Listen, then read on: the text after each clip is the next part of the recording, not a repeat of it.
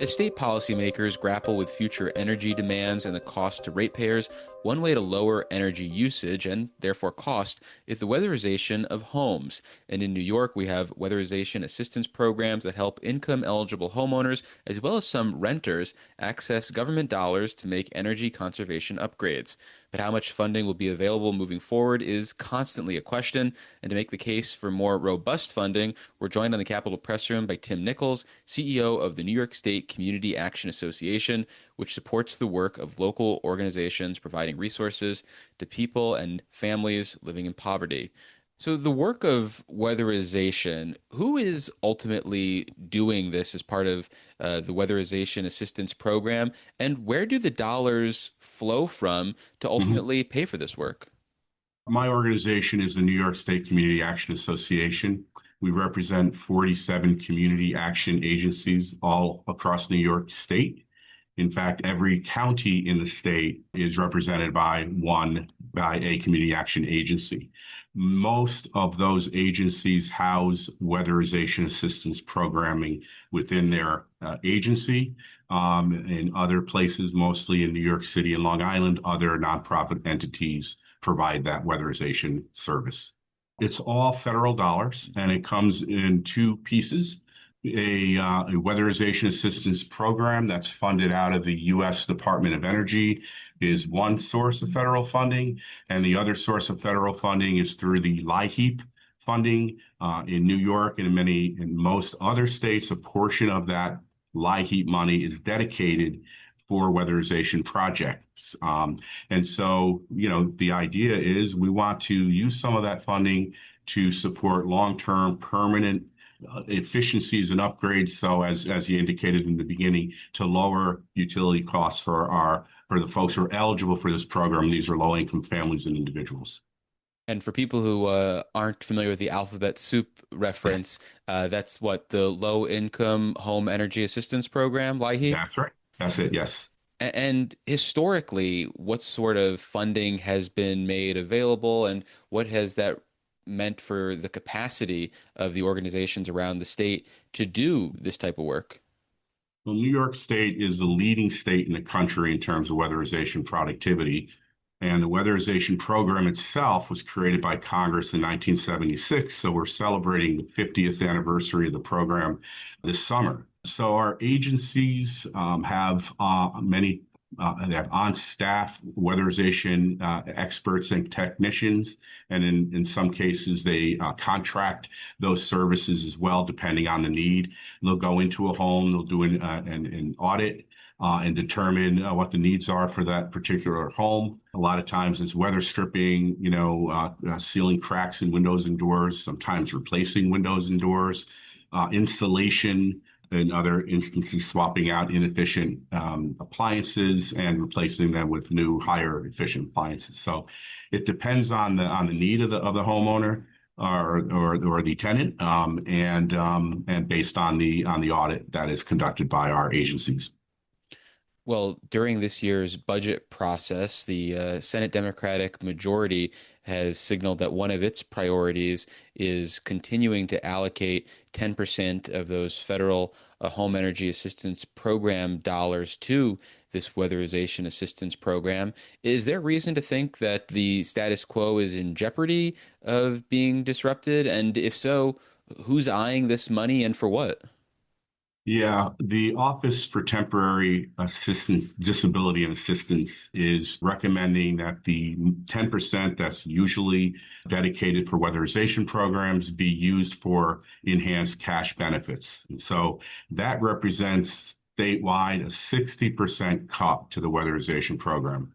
So we actually get more funding from LIHEAP than we do from the weatherization funding through the Department of Energy in New York. So that's a significant blow to the program if that happens. It will devastate many programs around the state. Some will have to completely shut down. And because these work within or housed by our community action agencies, many of them, it can also serve to destabilize the entire agency. They're connected with This program is connected with so many other things that they do.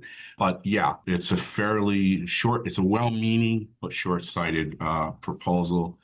we're very grateful that the Senate is being very clear in their intention, at least in their one house, that they want to keep things the way they are with the LIHEAP funding.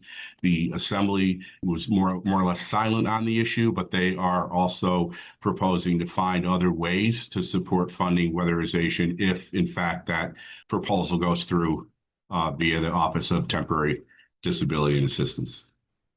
Well, it seems like that description of short-sighted is a poignant one here. It seems like while, yes, there are people who are having real and significant trouble paying their energy bills, this program ultimately lowers the long-term energy burden of people, right? By making it Yep. cheaper to heat your home in the winter or keep it cool in the summer, right?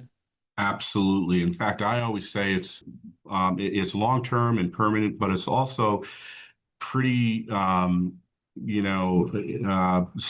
a sense that once you finish weatherizing a home, insulating a home, the homeowner can turn the heat down that day, and the next bill will be lower because the homeowner now can turn the heat down and it's not going out the window or the door or the walls if it isn't insulated, et cetera. So there are immediate benefits to the program as well as permanent long-term benefits.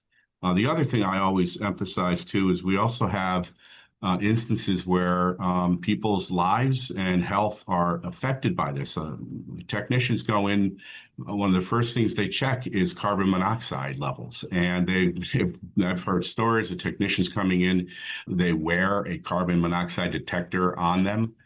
They walk in the door and it goes off. They go back out, they turn it off and reset it, come back in, and it's still going off. They identify the leak, the leaky furnace or whatnot, replace it, and probably saved a tragedy from happening. So they identify hazards like that, fire hazards, tripping, falling hazards, things like that, that they would never really have without a person coming in and doing an audit. Well, lastly, you talked about this amount of money as 10% of the heap money that's out there, Right. representing about 60% of all weatherization dollars. But to put a finer point on it, we're talking about $40 million in the context of a state budget that's going to probably be in excess of $260 Yeah. billion dollars.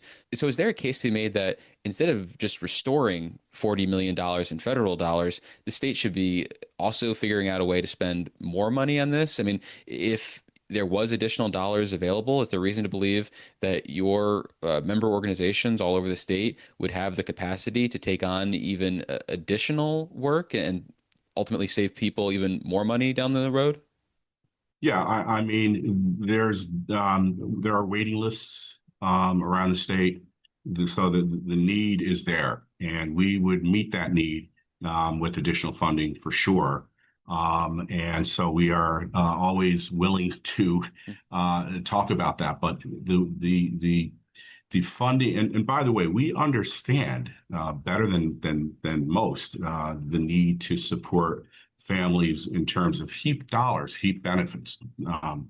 We're not opposed to that, but the use of some of those dollars for long-term permanent repairs in households is really meant to save and stretch those heap dollars in the long run. So we would like to see it stay the same and continue working the way we are and find for other ways of supporting the heat benefits for our low-income families. Well, unfortunately, we're going to have to leave things there. We've been speaking with Tim Nichols. He's the CEO of the New York State Community Action Association. Tim, thank you so much for making the time. Really appreciate it. And thank you so much too, David. Much appreciated.